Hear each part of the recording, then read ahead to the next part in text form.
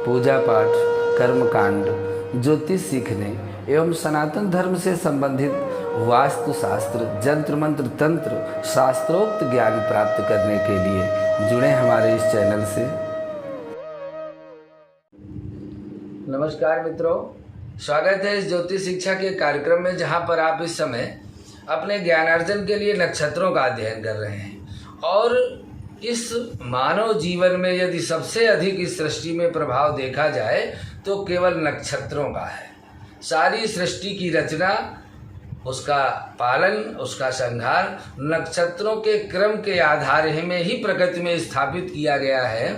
तो आपको हमने अश्विनी से लेकर के और स्वाति नक्षत्र तक के फल का वर्णन कर दिया है। आज नक्षत्रों के क्रम में 16वें नक्षत्र अर्थात विशाखा नक्षत्र का प्रभाव लेकर के आए हैं। और यह विशाखा नक्षत्र अत्यंत महत्वपूर्ण नक्षत्र है। यदि आपका जन्म इस विशाखा नक्षत्र में हुआ है तो यह जानकारी आपके लिए अत्यंत महत्वपूर्ण है। और यदि आपका जन्म नहीं भी हुआ तो आपको यह जानना आवश्यक है कि इस नक्षत्र में कौन कौन से ऐसे कार्य हैं जिनको हम आरंभ करके अपने जीवन को सफल बना सकते हैं। तो इसके जो स्वामी हैं इस नक्षत्र के, वह गुरु हैं, और जो देवता हैं वो इंद्राग्नि या शुक्राग्नि है। इसके 3 चरण तो तुला राशि में आते हैं और चौथा चरण वृश्चिक राशि में चला जाता है। इस प्रकार से इस नक्षत्र के जन्मे जातकों पर गुरु और शुक्र और मंगल तीनों का प्रभाव होता है। क्योंकि विशाखा नक्षत्र के स्वामी गुरु हैं और जो 3 चरण पहले आए वह तुला राशि में जाते हैं तो उसके स्वामी शुक्र हो गए। तो गुरु और शुक्र दोनों का प्रभाव जिस नक्षत्र में हो, दो गुरुओं का प्रभाव जिस नक्षत्र में हो, उससे ज्ञानी कौन हो सकता है। जो तीसरा चरण है विशाखा नक्षत्र का, वह वृश्चिक राशि में चला जाता है। उसके स्वामी मंगल है और स्वामी उसके भी गुरु हैं, पर नक्षत्र के स्वामी गुरु हैं और राशि के स्वामी मंगल हैं। इसलिए इसके नामाक्षर हैं ती, तू, ते, तो। यदि आपका ती, तू, ते में जन्म हुआ है तो तुला राशि है। और यदि तो अक्षर आपके जन्म के आरंभ होता है तो यह मिश्र संज्ञक नक्षत्र है। इसकी साधारण संज्ञा है चांडाल वर्ण का, यह अधोमुखी नक्षत्र है। इसका वृक्ष नीम का वृक्ष माना जाता है और जिनका जन्म इस नक्षत्र में हुआ है उनको एक नीम के वृक्ष को लगा करके उसका पालन करना चाहिए और उसको सिंचन करना चाहिए, उसकी रक्षा करनी चाहिए, तो उनके जीवन में बड़ी उन्नति होती है। इसकी आकृति चारों आकाश में देखो तो जो तोरण होता है ना, तोरण जो दरवाजे में तोरण पताका लगाई जाती है, तोरण जैसी आकृति माला के सदृश होती है।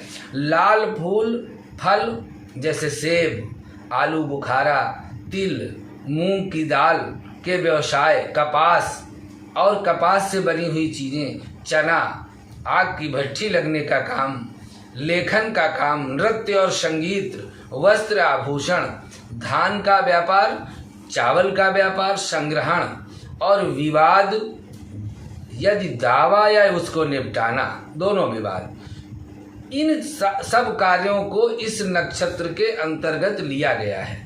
अर्थात यदि आपका जन्म इस नक्षत्र में हुआ है तो आप इतने ही कार्यों पे उन्नति हासिल कर सकते हैं।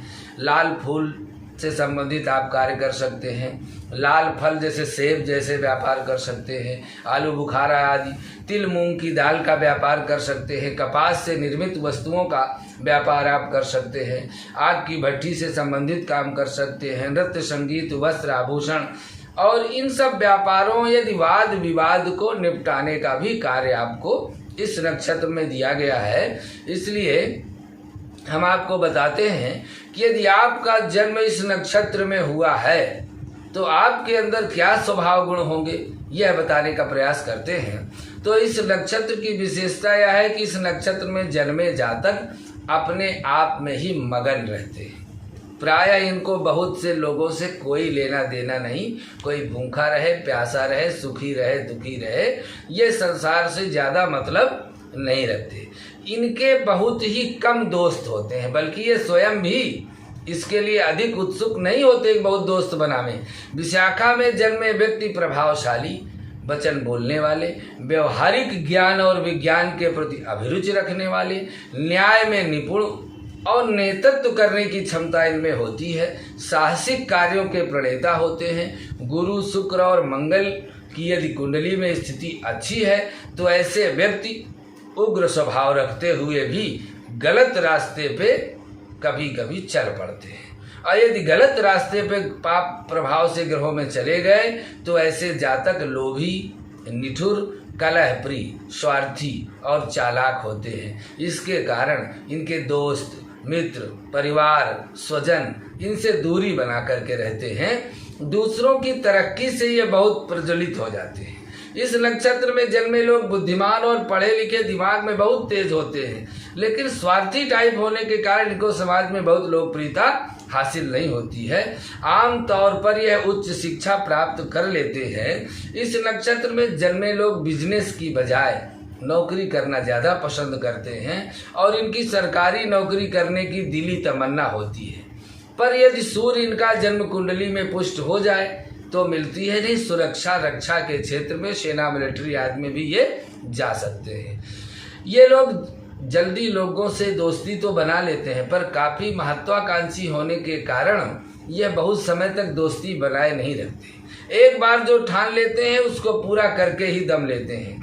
इन्हें भाग्य का पूरा साथ मिलता है, पर इन लोगों को परिवार से खासा लगाव होता है। अब ये अपनों को खुश करने के लिए कोशिश तो करते हैं, पर दूसरों की मदद के लिए भी तैयार रहते हैं। ये लोग अपने विरोधियों का सफाया बहुत चतुरता से करते हैं। यदि इनको पता चल जाए कि अमुक व्यक्ति हमारा विरोधी है तो पहले उसी का काम लगा देते हैं।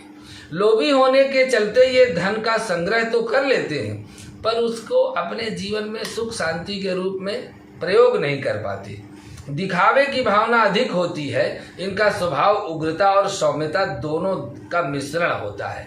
देखने में उग्र होते हैं, अंदर से सौम्य होते हैं। किसी भी व्यक्ति की बात की गहराई का अंदाजा लगाते रहना इनका काम है, लेकिन अपने मन की बात ये किसी को पता न चलने दें, यह इनका उससे भी पहला काम है। इनके स्वभाव में होता है इनके वंश की वृद्धि में देरी होती है, या फिर इन्हें पुत्र का सुख पूर्ण रूप से प्राप्त नहीं होता। पाराशर ऋषि जी के मतानुसार इनका स्वभाव तीक्ष्ण और अभिमानी टाइप होता है।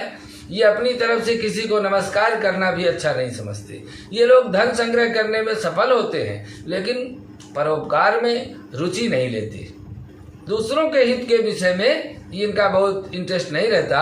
अशुभ बातें कुंडली में गुरु और शुक्र मंगल के खराब फल देती हैं, ये स्थिति में पाई जाती हैं।